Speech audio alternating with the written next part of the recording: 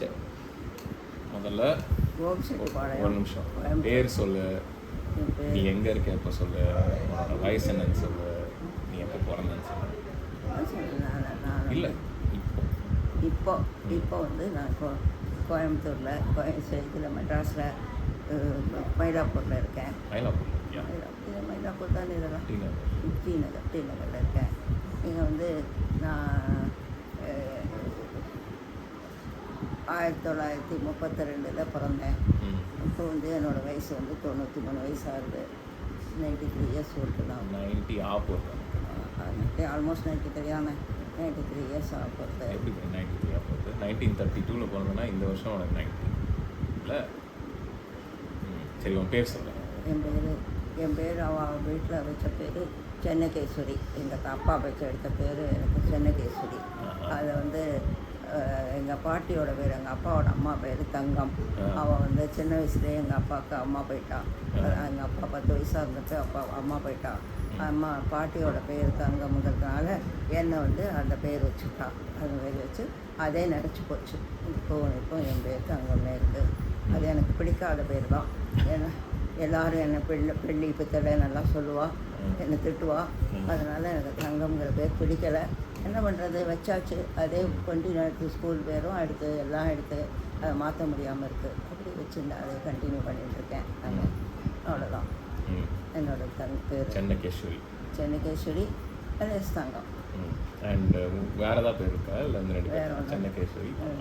எங்கள் அம்மா எனக்கு பிறந்தப்போ வச்ச பேர் ராஜம். அம்மாவை வச்ச பேரை எங்கள் அப்பா மாற்றிட்டா தங்கம் பண்ணிட்டா. ராஜத்தை தங்கம் பண்ணிட்டா. அந்த ராஜம்ங்கிற பேர் என் தங்கைக்கு போயிடுச்சு. அதனால தான் ராஜம் போயிடுச்சு. ராஜத்துக்கு போயிடுச்சு. எனக்கு வச்ச பேர் என் தங்கைக்கு போயிடுச்சு. சரி, வெரி குட். சரி, எங்கே பிறந்தேன்னு சொல்ல. கோபிச்செட்டிப்பாளையம், கோயம்புத்தூர் டிஸ்ட்ரிக்ட் கோபிச்செட்டிப்பாளையம்.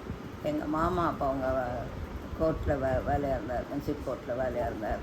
அங்கே தாத்தா பாட்டி இருந்தாள். எங்களுக்கு தாத்தா பாட்டி அங்கே இருந்தால் மாமா வீட்டில். ஸோ அவாகிட்ட தான் எங்கள் அம்மாவுக்கு எனக்கு பிரசவத்துக்கு விட்டுட்டா. பிரசவம் வயதான போல அங்கே என் பொண்ணு குழந்தை பிறந்தேன். ஸோ அவள் வீட்டில் பிறந்தேன். அப்பா வீட்டில் தான் பார்த்தேன். எல்லாம் வீட்டுக்குள்ளே தான். எல்லாமே எங்கேயும் நர்ஸுக்கிட்ட போனதில்லை. நாங்கள் எல்லாம் வீட்டில் தான் பிரசவம். எங்கள் பாட்டி தான் முக்கியமான இது பார்த்துக்கிறவா. அவள் தான் பாட்டி ஒரு நர்ஸ் ஆயா வருவா. அவள் பார்த்து எனக்கு பிரசவம் பார்த்து டெலிவரி பண்ணுவாள். என்ன டேட் பிறந்த நீ? டேட் தமிழில் வந்து இப்போ ஐப்பசி 14 ஐப்பசி மாதம் பிறந்தவோ. தீபாவளி பண்டிகை கொஞ்சம் முன்னாலேயோ பின்னாலேயோ பிறந்தேன். என்னோட இந்த டேட் வந்து அக்டோபர் 30 வரல. அதான் இது வந்து அப்படியே. அப்போ மாநேரமாக தான் இருப்பேன். எங்கள் பாட்டியோட எங்கள் தாத்தாவோட அக்காவில் என்ன கப்பண்ணான்னு கூப்பிடுவான். கப்பண்ணான்னு கருப்பாக இருக்கேன்னு சொல்லிட்டு. அவள் வீட்டில் நிர்மலாவோட அம்மாவும் பிறந்தது அங்கே தான். நிர்மலாவோட அம்மா என்னோட 2-3 வயசு பெரியவா. அவள் நல்ல வெளுப்பாக இருப்பாள். அவரை போப்பண்ணாம்பா என்னை கப்பண்ணாம்பா, அவர் போப்பண்ணாம்பா என்னை கப்பண்ணாம்பா. அது மாதிரி கப்பண்ணா ஆகிட்டேன் நான். இது வந்து நீ மாமான்னு சொன்னது உன்னோட அம்மாவோட அண்ணா, பெரிய அண்ணா ராஜா மாமா மிலிட்ரியில் இருந்தார். அவரோட வீட்டில் பிறந்தார். சரி, இப்போ உன்னோட அப்பா அம்மா அந்த டைமில் எங்கே இருந்தாங்க? கோபிச்செட்டிப்பாளையத்தில் பிறந்தேன். எங்கே இருந்தா? இங்கே கரூரில் இதில் இருந்தான். சேலத்துலேயோ கரூர்லேயோ இருந்தான். சேலத்தில். ஸோ அதுக்கப்புறம் சேலத்தில் அவருக்கு குட்ஷெட்டில் வேலை செய்துன்னு இருந்தார். குட்ஸ் கிளர்க் அவர் வேலை செய்துன்னு இருந்தார். சரி, அங்கே இந்த ரயில்வேஸில் குட்ஸ் வண்டியெல்லாம் போகிறதில்ல. அதுக்கு போகிற குட்ஸ் வண்டியோடு போவார். சாமானை ஏற்றி வைக்கிறத பார்ப்பார், இறக்கி வச்சு வைக்கிறத பார்ப்பார். அதெல்லாம் கணக்கெடுத்துப்பார், எல்லாம் பண்ணிப்பார். அது மாதிரி வேலை குட்ஸ் கிளர்க். அம்மா என்ன வேலை? அம்மா ஒன்றும் இல்லை, வீட்டு வேலை தான். அம்மா வந்து 4ஆவதோ 5ஆவதோ படிச்சிருக்கா. நல்லா எழுத படிக்க நான் தெரியும். படிப்பா, புஸ்தகங்கள்லாம் நான் படிப்பா, எல்லாம் பண்ணுவாள். எழுதுவான். But no other intelligence. அது மாதிரி இல்லை. அது மாதிரி இருப்பாள். அப்பா பேர் என்ன? அம்மா பேர் அப்பா பேர் பசுபதி, அம்மா பேர் லட்சுமி. லக்ஷ்மின்னு சொல்லுவாள், ஆனால் கண்ணம்மான்னு கூப்பிடுவான். வீட்டில் கண்ணம்மான்னு கூப்பிடுவான். எங்கள் அப்பா அம்மா பேர் கண்ணு வந்து ரொம்ப பெருசாக நல்லா இருக்குமா, மொட்டை மொட்டையாக இருக்குமா கண்ணு. அதனால் எங்கள் மாமா வந்து கண்ணம்மா, கண்ணழகி, கண்ணம்மான்னு சொல்லி அந்த பேரே எங்கள் அம்மா பேர் வந்து கண்ணம்மான்னு பேர் வந்துருக்கு. வீட்டில் எல்லாரும் கண்ணம்மா தான் சொல்லுவாள். ஆனால் வச்ச பேர் லக்ஷ்மி. லக்ஷ்மி பசுபதி, பசுபதி லக்ஷ்மி. எங்கள் அப்பா பேர் பசுபதி, அம்மா பேர் லக்ஷ்மி. அம்மா அப்பாவுக்கு எவ்வளோ வயசு நிற்கணும்? எங்கள் அம்மாவுக்கு வந்து 17 வயசு. 17 வயசு கல்யாணம் ஆச்சு. 13 வயசுக்கு கல்யாணம் ஆச்சு. 17 வயசு எங்கள் அம்மா. 13 வயசு கல்யாணம்? ஆமாம், 17 வயசுக்கு நான் பிறந்தேன். எங்கள் அம்மாவுக்கு வயசு 17 நான் பிறந்தப்போ. ஸோ அப்பாவுக்கு கல்யாணம் போது 10 வயசு வித்தியாசம் எங்கள் அப்பாவுக்கும் அம்மாவுக்கும். அம்மாவுக்கு 17 ஆச்சு, அப்பாவுக்கு 27. அது மாதிரி.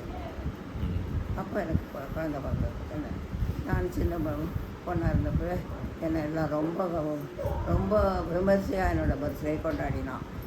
மேடமெல்லாம் வச்சு வீட்டில் எல்லாம் பண்ணி பெரிய சாப்பாடு போட்டு எல்லாருக்கும் எல்லாம் ரொம்ப விமர்சையாக என்னோடய பர்த்டே கொண்டாடினாங்க. அந்த இதில் இது என்ன அந்த 1 வயசு 2 வயசு தான்? ஒரு வயசு இருக்குது. நீ தான் முதல் குழந்தையா? முதல் குழந்தை. அதனால் எனக்கு ரொம்ப முதல் இது பேரம் பேத்தி. ஆமாம், அப்படி இல்லை. எங்கள் தாத்தாக்கு வேறு பெரிய மாமா பசங்களாக இருந்தாள்.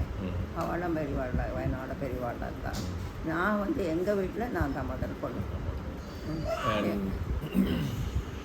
ஸோ வந்து அதுக்கப்புறம் தான் ஸ்ரீராம் பிறந்தான். ஸ்ரீராமனோட அப்பா எங்கள் அப்பாவோட அண்ணா.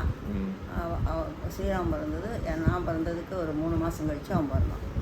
எனக்கு அவனுக்கு வித்தியாசம் ஒரு 3 மாதம். என்னோட 3 மாதம் சின்னவன். சரி, உன்னோட சின்ன வயசு இதை பற்றி சொல்லுங்க. சேலத்தில் இருந்த எங்கள் கல்யாணமான புதுசில் நான் வளர்ந்த புதுசில் சேலத்தில் தான் அப்பா இருந்தான். சேலத்தில் அப்பாவுக்கு அப்போ வந்து கடவுளரால் ஒரு ரயில்வே வீடு, எட்டனா வீடுன்னு பேர். அதுக்கு எட்டனா தான் வாடகை. அதுக்கு ஒரு ரூம், ஒரு கிச்சன், ஒரு பாத்ரூம், அதுதான் இருக்கும். வேறு ஒன்றும் பெரிய வீடு இல்லை. அதுக்கு 8 அணா தான் வாடகை. மாதம் 8 அணா எங்கள் அப்பா சம்பளத்தில் பிடிச்சிப்பான், அது வாடகை. ஸோ அந்த 8 அணா வீட்டில் இருந்தோம்.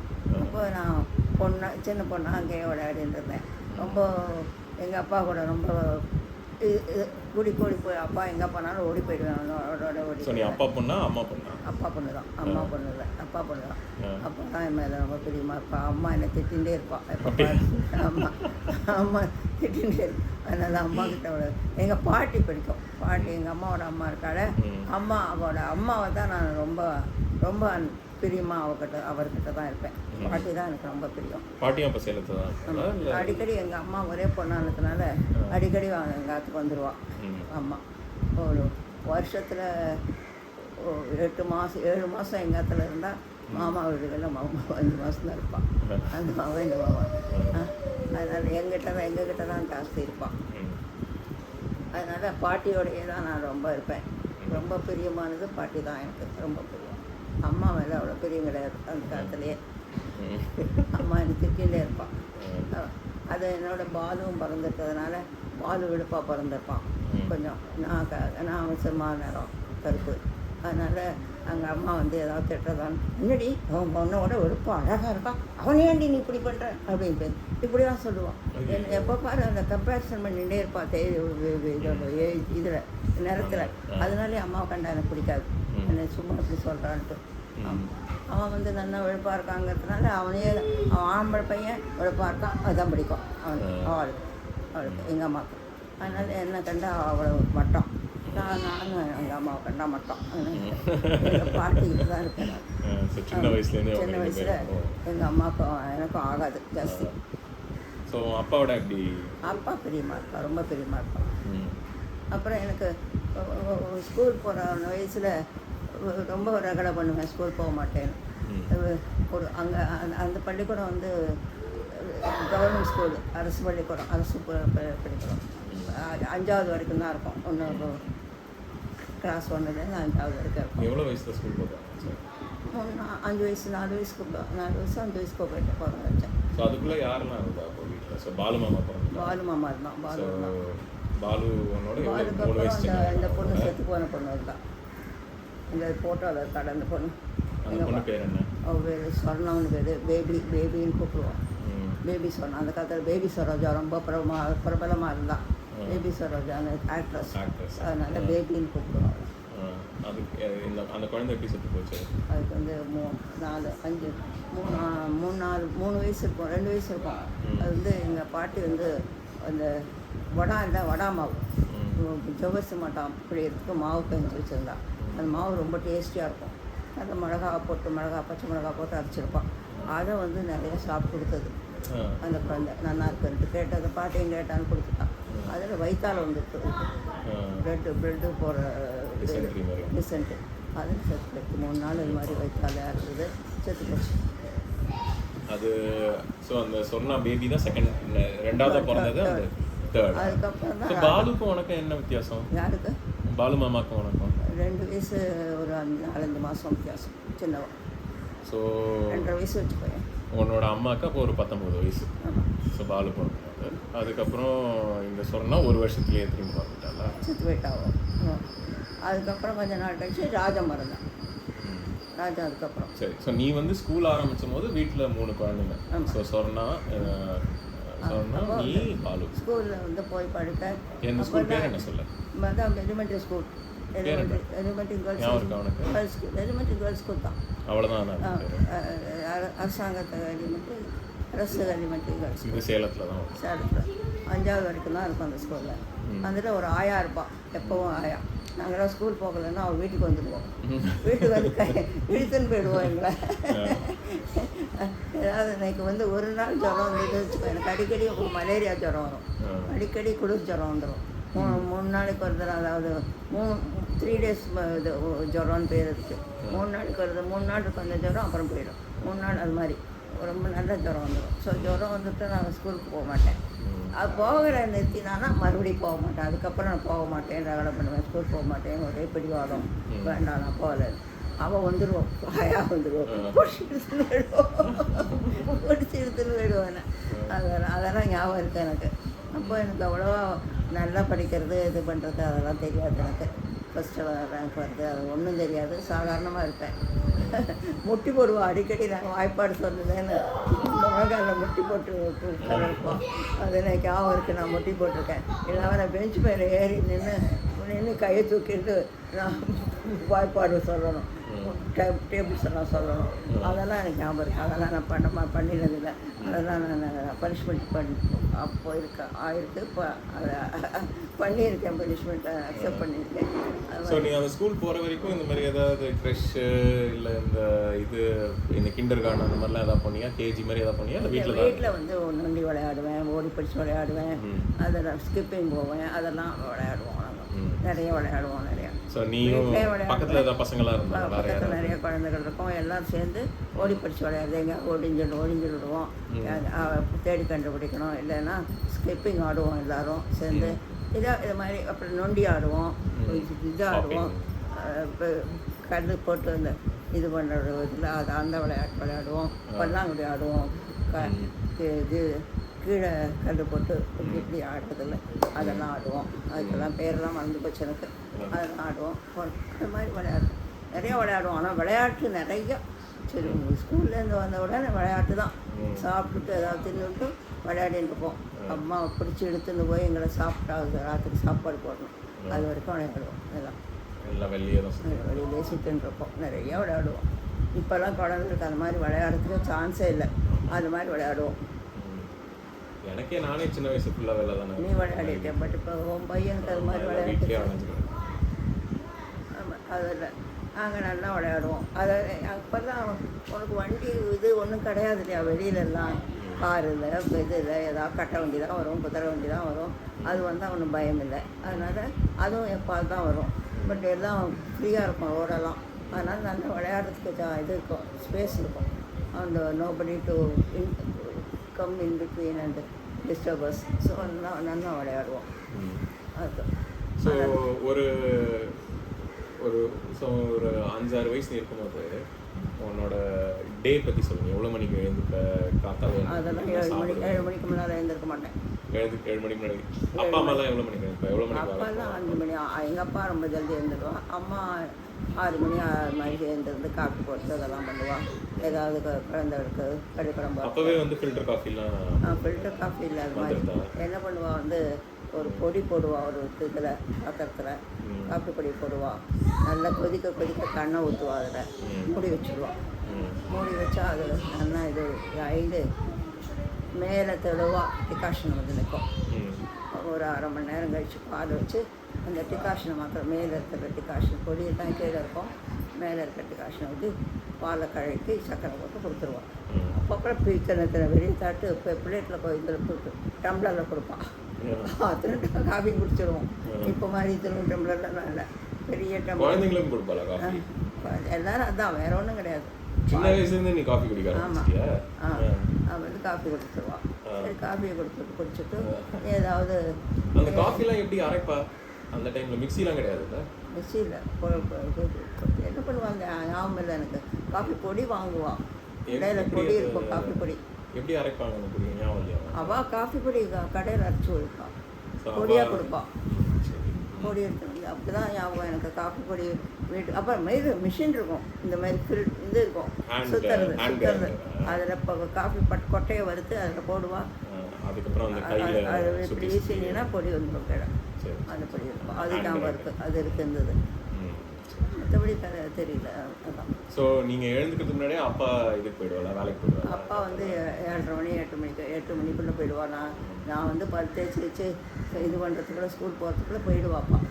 நீ வந்து நான் நீ காஃபி குடிச்சிட்டு என்ன பண்ணுவீங்க அடுத்தது? துணி பையில ஸ்லேட்டு ஏதோ பேப்பரை புஸ்தகம் ஏதோ வச்சுப்பேன், போட்டுப்பேன். 3 கிலோமீட்டர் 1 கிலோமீட்டர் 1.5 கிலோமீட்டர் இருக்கும் எங்கள் வீட்டிலேருந்து வீடு. ஸோ ஸ்கூலு நடந்தே போவோம். தனியாக நடந்து போயிடுவியா? யாராவது வருவா கூட பொண்ணுங்க பசங்க வருவா, யாரோ போயிடுவோம். எங்கள் பாலு மாத்திரம் ரொம்ப ரகலை பண்ணிடுவான் ஸ்கூல் போகிறதுக்கு. ஸ்கூலுக்கே போக மாட்டேன், ரகலை பண்ணுவான். சரி என்னோட ஸ்கூலுக்கு கொண்டு விடுவான் என்னோட சேர்ந்து. சரி என் கூட தான் உட்காருவேன்பான். அவன் கிளாஸில் போய் உட்கார மாட்டான். என் கிளாஸில் தான் உட்காருவேன், என் கூட தான் உட்காருவேம்மா. அவன் போகிறதுக்குள்ள போய் அங்கே விட்டுட்டு எங்கள் அம்மா போயிடுவான். போய் கொஞ்ச நேரம் கழிச்சு பார்த்தா அவன் பின்னாலே எங்கள் அம்மா பின்னாடி ஓடுவான். இவனை விட்டுட்டு இவன்கிட்ட சொல்லாமல் கொள்ளாமல் ஸ்கூலில் அவன் தேடுவா. ஐயோ பையனை காணுமே அவன் ஓடி வருவாங்க. வந்தால் அவன் வீட்டில் அவனை மறுபடியும் இழுத்துன்னு வந்து விட்டு அவன் ரொம்ப கஷ்டப்படுத்திருக்கான் பாலு பள்ளிக்கூடம் போகிறதுக்கு. ரொம்ப கஷ்டம். அப்புறம் 4 வயசு வரைக்கும் வீட்லேயே டியூஷன் படித்து அவன் வீட்லேயே எல்லாம் கற்றுனான். 4 வயசுக்கு அப்புறம் 4 வயசுனா 4ஆம் கிளாஸ் இருக்கும். 4ஆம் கிளாஸில் 2ஆம் கிளாஸ் 3ஆம் கிளாஸ்ன்னு வச்சுக்கோங்க. அது வரைக்கும் அவன் வீட்லேயே அவனுக்கு வாத்தியார் வச்சு கணக்கு எல்லாம் சொல்லி கொடுத்து அவனை வந்து 3ஆவது வயசில் கொண்டு ஸ்கூலில் ஓட்டான். அப்புறம் தான் ஸ்கூல் போனான். அது வரைக்கும் ஸ்கூல் ரொம்ப தகராறு பண்ணியிருக்கான் ஸ்கூல் போகிறதுக்கு. இது சரி. ஸோ நீங்கள் வந்து காத்தால ஸ்கூலுக்கு போகிறதுக்கு முன்னாடி என்ன சாப்பிடுவேன்? நீ வீட்டில் தான் சாப்பிடுவேன், பிரேக்ஃபாஸ்ட் சாப்பிடுவீங்களா இல்லை வெறும் காஃபி குடிச்சு ஸ்கூலில்? பழைய சாதம் சாப்பிடுவோம். சாதத்தில் மோர் திக்க செஞ்சு தயிர் சாதம் சாப்பிடுவோம். இல்லைன்னா உப்புமா பண்ணி தருவோம் அம்மா. கொஞ்சம் உப்புமா சாப்பிட்டு போவோம். வீட்டில் வந்து வீட்டில் என்ன பண்ணேன்னே தெரியல. சாதம் கொடுத்தாளா எனக்கு கையில் நான் எடுத்துன்னு போனேன்னா அதெல்லாம் ஞாபகம் இல்லை. லஞ்சுக்கு என்ன பண்ணேன்னு ஞாபகம் இல்லை. பட்டு சாயந்தரம் 4 மணிக்கு தான் வீட்டுக்கு வருவோம். 4 மணிக்கு அங்கே பள்ளிக்கூடம் விடுவா. 4 மணிக்கு கவக்காவான்னு ஓடி வருவோம். வீட்டில் வந்தாக்கா ஏதாவது சாப்பிட்றதுக்கு என்ன இருக்கோ அது சாப்பிடுவோம். யூஸ்வல் மெனு என்ன வீட்டில் என்ன மறுபடியும் சாதம் தான் இருக்கும். சாதம் மோர் சாப்பிடுவோம், இல்லைன்னா உப்புமா சாப்பிடுவோம். வேறு இட்லி தோசை எல்லாம் அரைக்கணும் இப்படி அரைக்கணும் இல்லையா? ஒரு தடவை அரைச்சாக்கா 2 நாளைக்கு வச்சுப்பான். அவ்வளோதான். தோசை தருவான், இல்லைன்னா இட்லி ரசம் சாம்பார்லாம் ஏதாவது ஒன்று தான் பண்ணுவாள். ரசம் பண்ணால் சாம்பார் இல்லை, சாம்பார் பண்ணால் ரசம் இல்லை. 2 விதம் 3 விதம் இதெல்லாம் இல்லை. காயும் அப்படி தான். காய் இருந்தால் பண்ணுவாள், காய் இல்லாமல் ஊறுகாயை தொட்டுன்னு சாப்பிடுவோம். பெரிய ஊறுகாய் எலுமிச்சங்காய் ஊறுகாய் போட்டிருப்பா. எலுமிச்சங்காய் ஊறுகாயை தொட்டு ரசம் சாதம் ஒரு சாதம் சாப்பிடுவோம். ஸோ தினம் வந்து பெரிய சாப்பாடெல்லாம் கிடையாது. நிறைய காய்கறிகள்லாம் வாங்கி சமைச்சது இல்லை. உருளைக்கிழங்கு வாங்கி ஞாயிற்றுக்கிழமையான உருளைக்கிழங்கு பொடி மாஸ் பண்ணுவான்.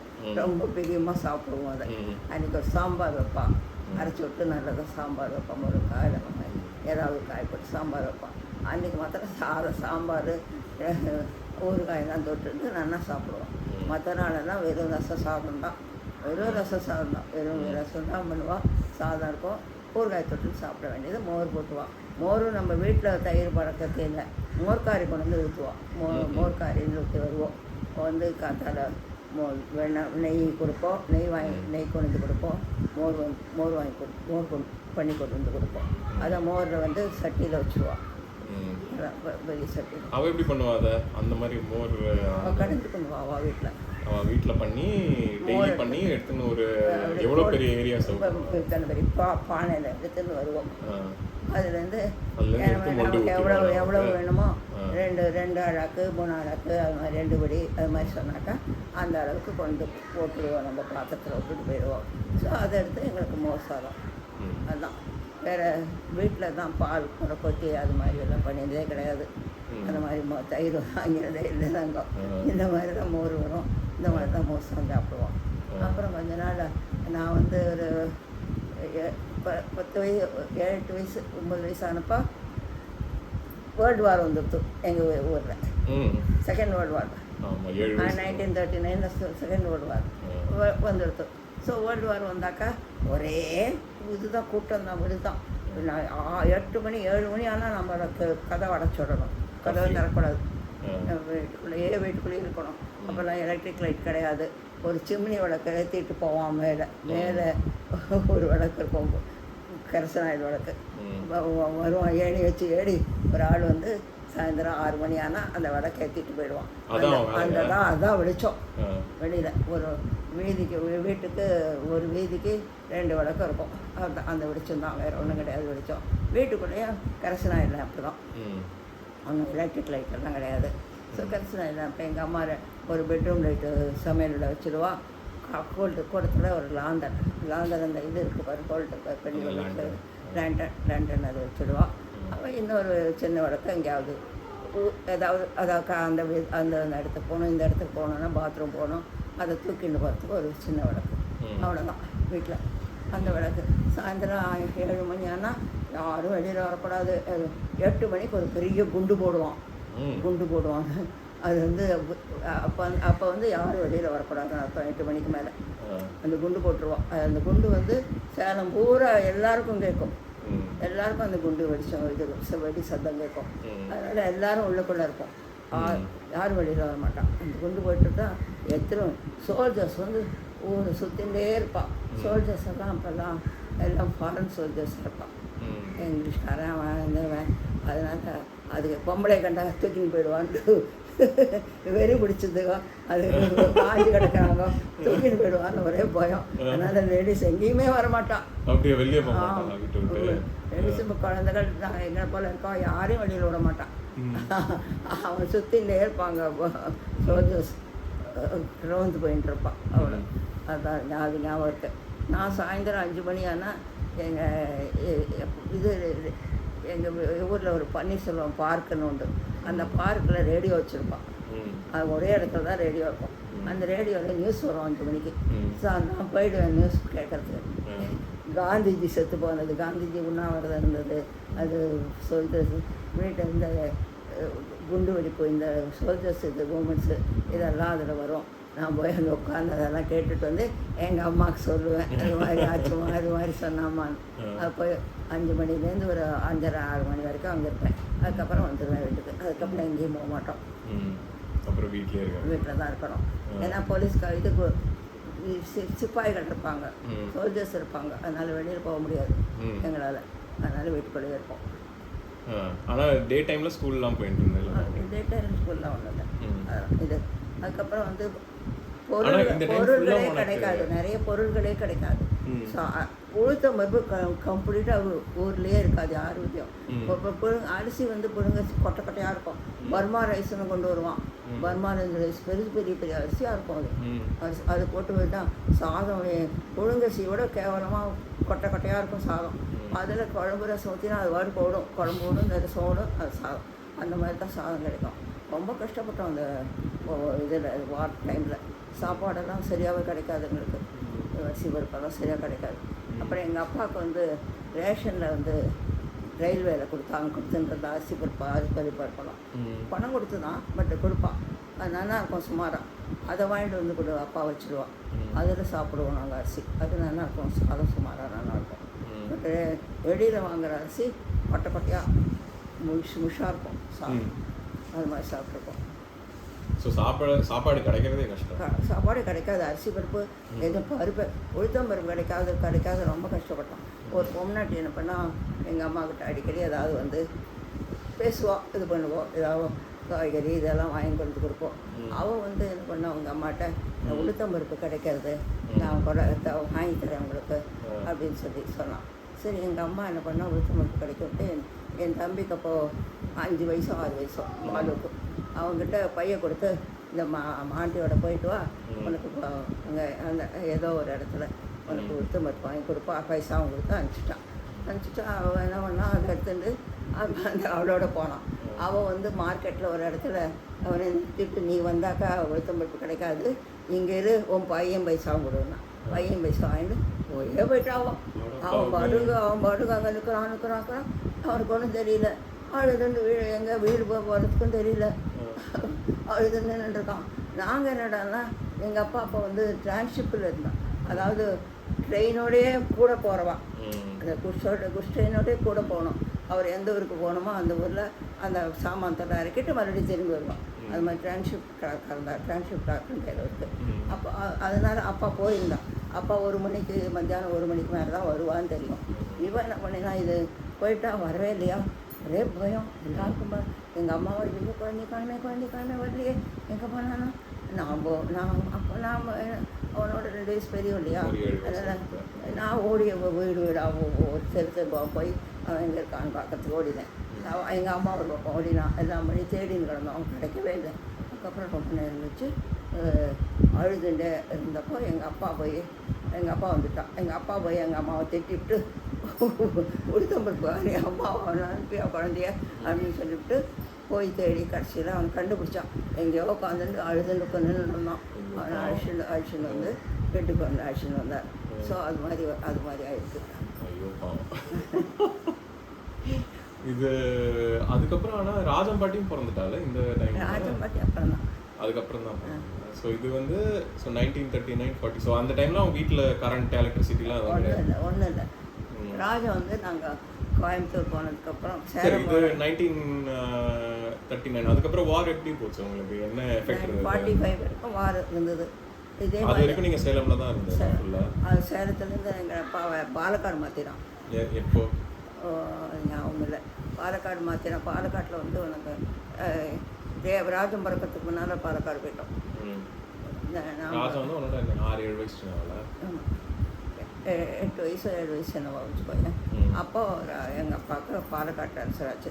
சரி பாலக்காட்டில் போனாக்கா அங்கே வந்து தமிழ் மீடியம் கிடையாது, இங்கிலீஷ் மீடியம் கிடையாது, ரொம்ப தூரத்தில் எங்கேயோ இருந்தது. ஒன்றும் இப்போ ஸ்கூலே இல்லை. ஸோ 1 வருஷம் வீட்டில் விளையாடிட்டு இருந்தோம். வீட்டில் ஸ்கூல் அப்போ தான் நான் சொன்னேன், ஒரு பெரிய வீட்டில் இருந்தோம். அங்கே ஜல்னு சதங்க கேட்கும் சொல்லியிருக்கேன், ஞாபகம். அந்த வீட்டில் இருந்தோம். அந்த வீடு பெரிய வீடாக இருக்கும், ரொம்ப பெரிய வீடு, கீழே மேலே வீடு. அது ரொம்ப கம்மி வாடகைக்கு 5 ரூபாய்க்கோ 3 ரூபாய்க்கோ கொடுத்தான். அது அந்த வீட்டில் இருந்தோம். அந்த வீட்டில் வந்து காம்பவுண்ட் சுவர், ஓரத்தில் ஒரு சின்ன கோயில் மாதிரி இருக்கும். அதில் யாரும் வந்து விளக்கேற்றிட்டு போவான், தினம் எண்ணெய் ஊற்றி விளக்கேற்றிட்டு போவான். அதான் பார்த்துருக்கேன். ஸோ அந்த வீட்டில் இருந்தோம். அந்த வீட்டில் இருந்தப்போ நானும் பாலும் விளையாடிகிட்டே இருப்போம். நான் ஒழிஞ்சிப்பேன், அவன் கண்டுபிடிப்பான், அவன் ஒழிஞ்சிப்பான். ஏன்னா நிறைய இடம் இருந்ததுனால ஒழிஞ்சிக்கிறதுக்கு நிறைய இடம் இருக்கும். அதனால் ஒழிஞ்சிடுவோம். போய் அவன் என்னை தேடுவான், நான் அவனை தேடுவேன். அது மாதிரி விளையாடின்னு இருப்போம். ஒரு நாள் இப்படி பண்ணுறச்ச காலில் வந்து சலங்க சத்தம் கேட்டது. காலில் மெட்டி போட்டுட்டா அப்படி கல்லின்னு ஒரு சத்தம் கேட்கும். அந்த சத்தம் கேட்டது. எனக்கு யார்கிட்ட வரான் நம்ம பின்னால் நம்மக்கிட்ட அப்படின்னு திரும்பி பார்த்தா திரும்பி ஆள் இல்லை, சலங்க சத்தம் மாத்திரம் கேட்கும். என்னடா அப்படி அப்படின்ட்டு நான் பயந்துட்டு அப்படி இப்படி எங்கே போனாலும் நான் கூட போனால் அதுவும் என் கூடயே வருது, சத்தமும் கூடவே வருது. எனக்கு ரொம்ப பயமாக போயிடுது. அம்மாட்ட ஓடி வந்து அம்மா இது மாதிரி சலங்க சத்தம் கேட்டுகிட்டே இருக்குமா, எங்கே போனாலும் கூட வரும். ஐயோ எம்பினாலே வருதுடி இப்படிங்கிறா எங்கள் அம்மா. எம்பினாலே சலங்க சத்தம் வருது, எனக்கும் கேட்குறது அப்படின்னா. பால் ஓடி வந்து ஐயோ சலங்க சத்தம் எனக்கும் கேட்குறதுங்கிறான். ஸோ எல்லாருக்கும் கேட்குறது. நாங்கள் ஒரே பயந்துட்டோம். இது என்ன இப்படி சலங்க சத்தம் எல்லா இடத்துலையும் கேட்கறது, எல்லாருக்கும் வந்து இது என்ன இந்த வீடு அப்படின்னு ஒரே பயம் எல்லாருக்கும். அப்புறம் என்ன பண்ணுவோம், எங்கள் அப்பா வர வரைக்கும் அந்த விளக்கை எடுத்துட்டு அந்த கால் விட்டு எங்கேயும் போக மாட்டோம். கிச்சமி வணக்கம் வச்சுட்டு நாங்கள் எல்லாம் அங்கேயே உட்காந்துருப்போம். சாதம் எல்லாம் எனக்கு எடுத்துன்னு வந்து அங்கே வச்சுடுவோம். அங்கேயே சாப்பிட்டுட்டு அங்கேயே உட்காந்துருப்போம். எங்கேயும் போக மாட்டோம். அந்த ரூமுக்கு போக மாட்டோம், இந்த ரூமுக்கு போக மாட்டோம், எங்கேயும் போக மாட்டோம். பாத்ரூம் கூட போக மாட்டோம். அப்படி உட்காந்துருப்போம். ஏன்னா எங்கே பண்ணாலும் சலங்க சத்தம் கேட்குறதுன்னு அப்படி உட்காந்துட்ருப்போம். அப்புறம் எங்கள் பாட்டியை ஃபோனில் இது பண்ணோம், லெட்டர் போட்டு நீ உடனே வா, எனக்கு பயமாக இருக்கு இங்கே இருக்கிறது. எங்கள் ஈரோட்டம்மா வந்துட்டான். வந்து ஈரோட்டம்மா அம்மாவோட அப்பாவுக்கு தான் அம்மா இல்லையே. அம்மாவுக்கு அப்பா வந்து நான் அவர் 10 வயசாக இருந்தப்போ செத்து போயிட்டா. அதனால தான் நான் தங்கமானேன். அதனால் அப்பாவுக்கு அம்மா இல்லை, அம்மாவோட அம்மா வந்துடுவான், ஈரோட்டம்மா வந்துடுவான். ஸோ ஈரோட்டம்மான்னு இந்த பெரிய மாமா பையன் அவன் பேர் வச்சான். ஈரோட்டில் இருந்தப்போ ஈரோட்டு அம்மா, ஈரோடு அம்மான்னு ஈரோட்டம்மான்னு பேர் வச்சான். அதே நின்று போச்சு. எங்கள் அம்மாவை நாங்கள் ஈரோட்டம்மா தான் கூப்பிடுவோம் அந்த பாட்டியை. ஸோ ஈரோட்டம்மா வந்துடுவான். வந்து எங்களை பார்த்துப்பான். அவன் பாட்டி வந்தவுடனே எங்களுக்கு கொஞ்சம் தைரியம் வந்துடுது. பாட்டியும் மேலே சத்தம் கேட்டுது, ஆனால் பாட்டி பயப்பட மாட்டான், எங்களை போல பயப்பட மாட்டான். ஸோ அதனால் நாங்கள் தைரியம் வந்தோம். அப்பாவை நச்சரித்து அந்த வீட்டை விட்டு தாராக்காடுங்கிற ஒரு ஊரில், தாராக்காடுங்கிறது பிராமணா அக்ரகாரம், பிராமணா தான் அங்கே இருப்பா நிறையா. ஸோ அந்த அக்ரகாரத்துக்கு ஒரு வீட்டுக்கு வந்துட்டோம். அதுக்கப்புறம் பயமில்லை, அங்கே இருந்தோம். இந்த வீட்டில் இருந்த வரைக்கும் ஒரு வருஷம் அந்த கரகலா வீட்டில் இருந்தோம். ஒரு வருஷம் ஃபுல்லாக அந்த சத்தம் கேட்டுட்டே இருக்கும். அப்புறம் அவள் வந்து அந்த ஓனர் வந்தா, என்ன இது மாதிரி சத்தம் கேட்டுட்டே இருக்கு என்ன தெரியும். அது அவ சொன்னால் இது மாதிரி இந்த வீடு இருக்குல்ல, இந்த இடத்துல இப்போ நாங்கள் குழி தோண்டினப்போ பண்ணம் தோண்டினப்போ சிலை கிடச்சிது, கண்ணகியோட சிலை கிடச்சிது. கண்ணகி சிலை கிடச்ச உடனே அதை எடுத்துன்னு போய் கோயிலில் வச்சுட்டோம். அந்த சிலை இருந்த இடத்துக்கு நாங்கள் விளக்கேற்றுறோம். அந்த சுவாமி வந்து சிலையிற இடத்துக்கு வருது, அது விசிட் பண்ணுறது, அது ஒன்று சுற்றுறது. நல்லவாழை ஒன்றும் பண்ணாது. அதாவது துஷ்டர்களை கண்டா தான் அதே தான் பண்ணோம். நல்லவாழை இருக்கிறவாழை ஒன்றும் பண்ணாதுன்னு சொல்லிட்டு போயிட்டா. அதனால் உங்களுக்கு ஒன்றும் பயப்படாதங்க, உங்களை ஒன்றும் பண்ணாது அப்படின்னு சொல்லிட்டு அது பாட்டுக்கு போகும். சத்தம் கேட்கும், உங்களுக்கு ஒன்றும் பண்ணாது ஒன்றும் அப்படின்னு சொல்லிட்டு போயிட்டாங்க. இது வந்து உனக்கு இது நம்ம கால்குலேட் பண்ணலாம். அதுக்கப்புறம் அங்கேருந்து நாங்கள் போத்தனூர் ட்ரான்ஸ்ஃபர் ஆச்சு. போத்தனூர் வந்தால் ராஜமரம் தான் போத்தனூரில். ஸோ நீ அந்த என்ன சொன்ன திறக்காடு, அது பேர் என்ன சொன்ன? தாராக்காடு. அது வந்து பாலக்காட்லேயே இன்னொரு கிராமம். இப்போ நமக்கு ஒரு பாலிகன் இங்கே டி நகர் மாதிரி, மெட்ராஸில் டி நகர் மாதிரி, அங்கே பாலக்காட்டுக்கு தாராக்காடு. ஒரு கல்பாத்தி ஆறுன்னு பெரிய ஆறு ஓடும். எங்கள் பாட்டி தினமும் போய் காலங்காட்டால் போயிடுவா குளிக்கிறதுக்கு. அந்த அது கல்பாத்தி ஆறில் கழிச்சிட்டு அங்கேருந்து சட்டு வந்து எங்களுக்கு சமைச்சு போடுவான். ஈரோட்டமா எப்படி போவோம் அப்போ? எல்லாம் நடனம் சைக்கிள் கூட கிடையாது, ஒன்றும் கிடையாது. இப்போ மாட்டு வண்டி இருக்கும், குதிரை வண்டி இருக்கும், வேணும்னா அதில் போகலாம். அதுக்கு 4 அணா 8 அணா வாடகை இருக்கும். அது கொடுக்கறதுக்கு காசு இருக்காது. அதனால் அதிலலாம் போக மாட்டோம், நடந்தே போவோம். அதனால தான் எல்லோரும் ஹெல்த்தியாக இருக்காங்க அந்த டைமில். எல்லோரும் நடப்போம், பாட்டிலேருந்து என் வரைக்கும் எல்லோரும் நடப்போம். எங்கேயும் ஒன்று குதிரை வண்டி வச்சுக்க மாட்டோம். ரொம்ப தூரம் அந்த மாதிரி சினிமாக்கு தேட்டர் எங்கே போகணுன்னா குதிரை வண்டி வச்சுப்போம். அது குதிரை வண்டியில் திரும்பி வருவோம். அதே உனக்கு நிறையா கூலி இதாகிடும், பைசா கொடுக்க வேண்டியதாகிடும். அதனால் காசு டைமில் இருந்தபோது ஏதாவது மலையாளம் கற்றுண்டியா? எப்படி இருந்தது உனக்கு? எங்கள் அப்பா மலையாளத்தில் நல்லா பேசுவா. எங்கள் அம்மா ஏதோ ஒன்று விட்ட கொஞ்சம் போட்டில் மலையாளம் பேசுவாள். ராஜும் நல்லா மலையாளம் பேசுவோம். நான்லாம் அப்பப்போ போய் படிச்சுட்டு இருந்ததுனால கோயம்புத்தூர் இருந்து படிச்சுட்டு இருந்தேன், போவேன். அதனால் கொஞ்சம் தான் மலையாளம் தெரியும். மலையாளம் நல்லா தெரியாது, கொஞ்சம் பேசுவேன். எங்கள் அப்பா நல்லா மலையாளம் பேசுவோம். நிறையா இது கொண்டு வருவான், நேந்திரங்காய் கொண்டு வருவான். எங்கள் அம்மா சிப்ஸாக பண்ணி வைப்பான். வீட்டில் எக்கச்சக்கமாக வாழைக்காய் வறுவல் கிடைக்கும், பொட்டேட்டோ சிப்ஸ், இது நேந்திரங்காய் வறுவல். அதுக்கப்புறம் உருளைக்கிழங்காக வரும், மூட்டையாக உருளைக்கிழங்கு வந்து போட்டுட்டு போயிடுவாங்க ஆஃபீஸ் ஆளுதான். அது உருளைக்கிழங்கு பொடி மாசம் அடிக்கடி பண்ணுவோம். உருளைக்கிழங்கு இது பண்ணி கட் பண்ணி வேக வச்சு ட்ரை பண்ணி அதை வந்து இது மாதிரி அப்பளம் மாதிரி வடை மாதிரி பொரிப்பான். அது கூட அந்த வடம் கிடைக்கும். இதெல்லாம் பண்ணுவாங்க எங்கள் அம்மா. சூப்பர். ஸோ உன்னோட சேலத்தோட அந்த பாலக்காடுல லைஃப் இன்னும் கொஞ்சம் பெட்டராக ஆயிடுது. அதுக்கப்புறம் சேலத்துக்கு வந்தோம். சரி, இங்கே நிறுத்தலாமா? கோயம்புத்தூர் போத்தனூர் வந்தோம். போத்தனூர்